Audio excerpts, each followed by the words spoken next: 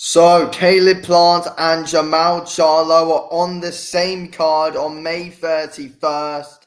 And yes, they're not fighting each other though, but they are on the same card.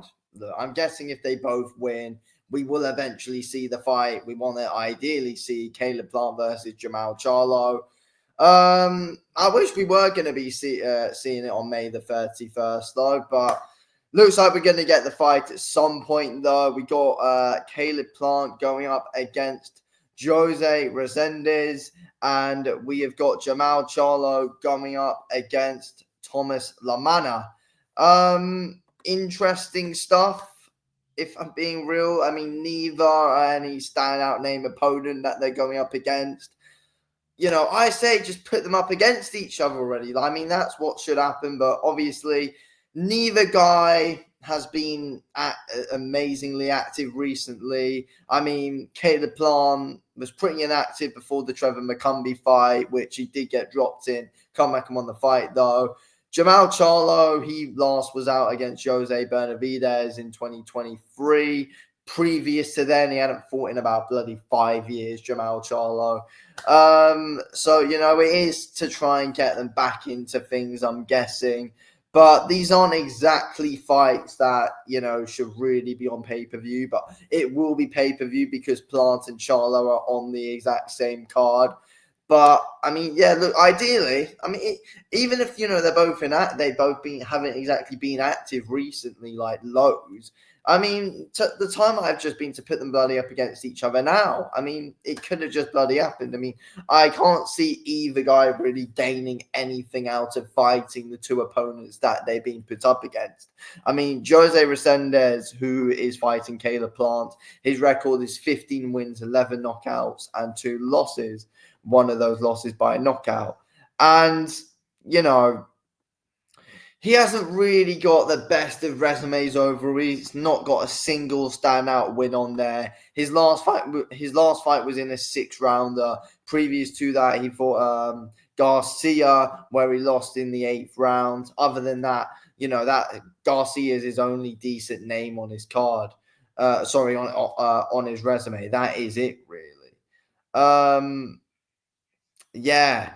I mean, then we look at Thomas Lamana. He has experience. He's got 39 wins, 5 losses, and 1 draw. He's got experience, but again, you look at this resume of his, and it's not great at all. The last guy who he fought was 11 wins, 6 losses.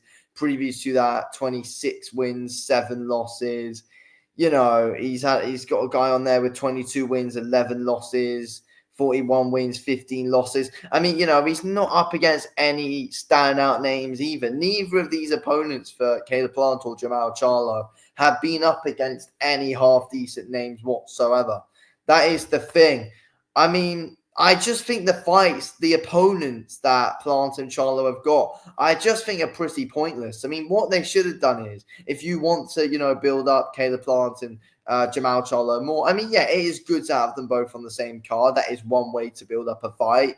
But another way to build up the fight is have them up against half-decent names. I mean, look, I guess that, they don't want either guy to take a massive risk because, this is a fairly big money fight if Plant versus Jermall Charlo happens. Like, I see that 100%. But put them up against names where, it's going to be tough, but you expect them to win. Kind of like with, what Ryan Garcia is doing with Rolly Romero and what Devin Haney's doing with Jose Ramirez. You expect Devin Haney to beat Jose Ramirez, but it's going to be tough. Jose Ramirez can cause Haney problems. You expect Ryan Garcia to beat Rolly Romero, but it's going to be tough. You expect Rolly to cause Garcia some problems. They should have done the same thing here, in my opinion, with Caleb Plant and Jermall Charlo. I mean, if we look at, the ratings and all of who could both guys go up against in that super middleweight division before fighting one another, we could have Caleb Plant up against, Vladimir Shishkin or something like that, for example, because, he's an all right name, I guess. He's only recently just fought for a world title against Skull, which he lost, but it's a better name than than what we've got. Like, let's be real. And it's someone who you never know has the odd bit of a threat there, but he's not. He's obviously not going to beat Plant. Then for Jermall Charlo, have someone like it's a bit too much of a risk. Lester Martinez. So Sergey Deverenchenko, someone like that, give him to Jermall Charlo. Because again, I mean, it's someone who's got an all right, difficult style to figure out, but Jermall Charlo would obviously win that fight. That's what I'm thinking, and that's what they probably should have done to, bring some attention to the card instead of having, a bit of backlash of people saying, oh, this is just completely pointless because neither guy is really going to put up much of a challenge. Both fights should be over in about a round, or shouldn't go past 3-4 rounds anyway. I mean, with Plant coming back in his fight against Trevor McCumbee, I get that, that it was always going to be a test. It was never going to be an easy walkover for Plant, and it very bloody clearly wasn't. And for Jermall Charlo, when he came back against Jose Benavidez, it was never going to be an easy walkover, and it wasn't. So, yeah, I just think they could have done better with it all. PBC could have done better, in my opinion. Without a shadow of a doubt, they could have. But it is a step in the right direction that we are going to be seeing Caleb Plant and Jermall Charlo fight. And it is good no matter what for numbers that you've got both these guys on the same card. But PBC just clearly don't want to take a risk of it. I mean, I don't know why, because both guys are, top elite fighters. I mean, Plant very clearly still is. Jermall Charlo is, but he's 100% not what he once was due to the amount of inactivity that he has. I mean, overall, I have more confidence in Caleb Plant coming through his fight because, he's the more active guy, and activity is a massive and important thing in boxing. And I mean, that might be why they are both having warm-up fights and they're not just being, chucked into the fight because Plant's fought more recently than what Jermall Charlo has.